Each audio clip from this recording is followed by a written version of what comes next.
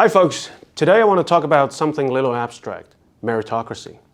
And please pardon my language. So Michael Sandel, a professor from Harvard, whose lectures on justice made him a rockstar philosopher, he wrote a book last year called The Tyranny of Merit. If you're familiar with the political debate between China and the West, meritocracy, or more precisely, political meritocracy, is a powerful argument against Western-style electoral democracy. You would come across this term numerous times if you have been a long avid reader of Guancha. It's often translated as 贤能政治, 选贤任能, etc., etc. So the basic logic is, elections in the West are largely a farce, so they could end up choosing charismatic but totally worthless dickheads at the expense of the public. Just like the bad hair accordion master who likes to grab attention as much as pussies.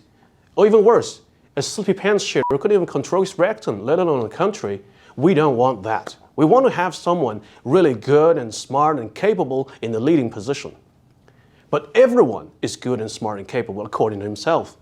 So in a country of 1.4 billion people, you gotta have a mechanism to measure people's aptitudes and choose the most qualified, most meritorious within the population.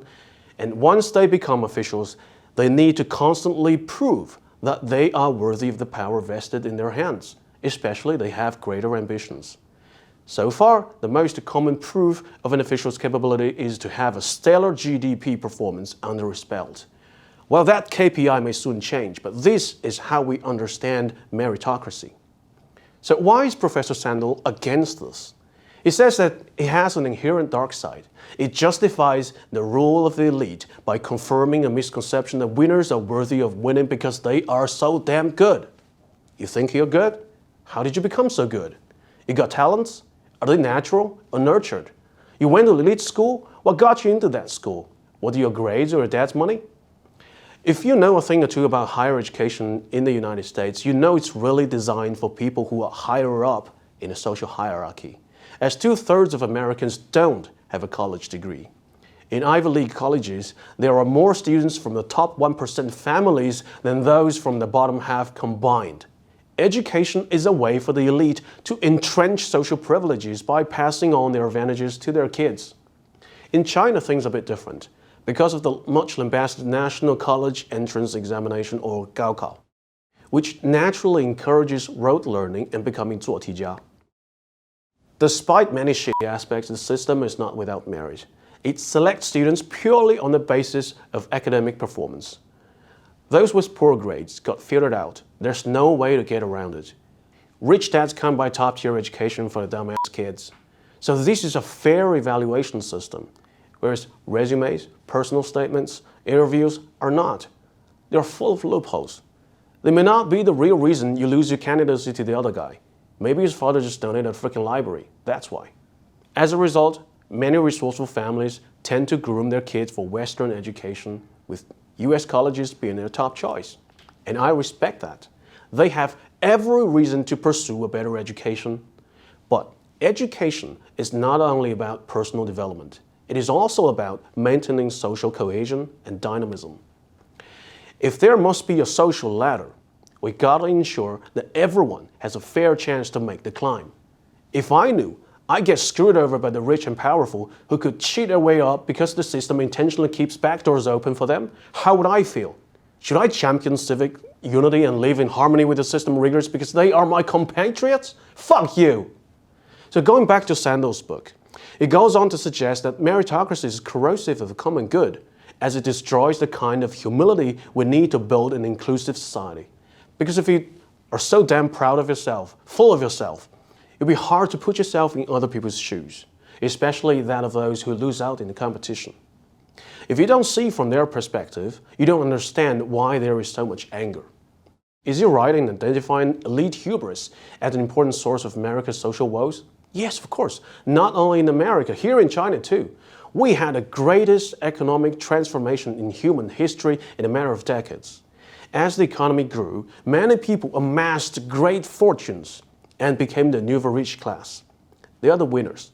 But did they win because they were smart, hardworking, visionary, more so than those who lost out? Not really. There's a joke about this.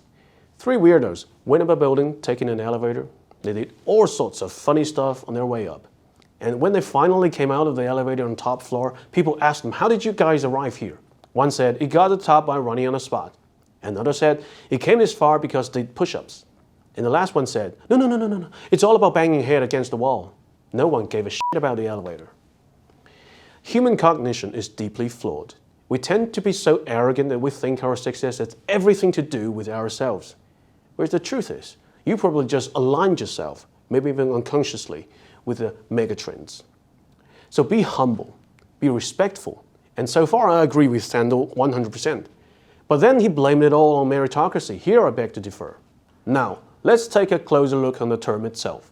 You notice meritocracy ends with cracy, same as words like theocracy, democracy, autocracy, and plutocracy. Cracy has nothing to do with crazy. It comes from the Greek suffix kratos, meaning power or rule. So theocracy means the rule of a religion, democracy the rule of people, autocracy the rule of one person, and plutocracy the rule of money. Meritocracy means the rule of the meritorious, those who have merit. And merit means worth or worthiness. So this is the crux of the matter. It has two layers of meaning. A, one's ability must be worthy of the duties tasked with. B, greater the responsibility, greater the reward. And in a capitalist, consumerist market economy where money makes men, everything has a price tag. There can be no value outside money. A little pathetic, but it wouldn't be so bad if fairness didn't get taken out of the equation, if people were fairly compensated. But throughout human history, fairness has always been an exception in the absence of conscious intervention, whereas inequality has been the norm. What do I mean by intervention? An unrelenting effort to keep the social ladder intact. Because our selfish instincts will tell us to get rid of the ladder once we make it to the top. Simple. Fewer competitors, more spoils. There must be an impartial state, free from elites' capture, to balance against those who wield enormous economic power. Otherwise, they will squeeze life out of everything that's fair. The death of fairness at the hands of elite is the reason why many Americans are so pissed off. Because the elite, with obscene amount of income, has distorted the value system so hard by grossly overvaluing their contribution, so that ordinary people could no longer see the value of their labor reflected by incomes. This really is what disunites the United States, not meritocracy. Just to the contrary, meritocracy is the last guardian of fairness. If you look at Keju, the predecessor of Gaokao, it allows the state to become impartial in its selection of future bureaucrats instead of reserving such lucrative positions for princelings and nobility. The state actively reaches out to the people from the grassroots and invites them to become managers of a nation. You could be nobody from a family of nobodies, but if you could prove yourself to be a smart guy, then you are hired and be rewarded and respected accordingly. This kind of upward mobility is absolutely vital. This is meritocracy. It's all about selecting the most meritorious candidates for the job and keeping him on the job. But of course, there's a clause. If he becomes so arrogant, an asshole, and seeks privileges, then he's no longer meritorious or worthy of the power vested in his hands. So let's select another round, inject new lifeblood into the system and get him replaced, provided we still have the ladder. Sandel is absolutely right to criticize the smugness of the elite class, but the problem is more to do with the greenback's distortion of value than with meritocracy, a precious little pathway for commoners to thrive in an otherwise hostile environment. So at least they still stand a chance. Denying or destroying meritocracy is throwing out the baby with the bathwater. He also warned the public against fighting meritocratic war for credentials and focus more on making life better. Laudable intention, but as the elite class tightens its grip on power and wealth, how can we make life better if we give up the fight? Well, this is Perspective. Thank you for watching.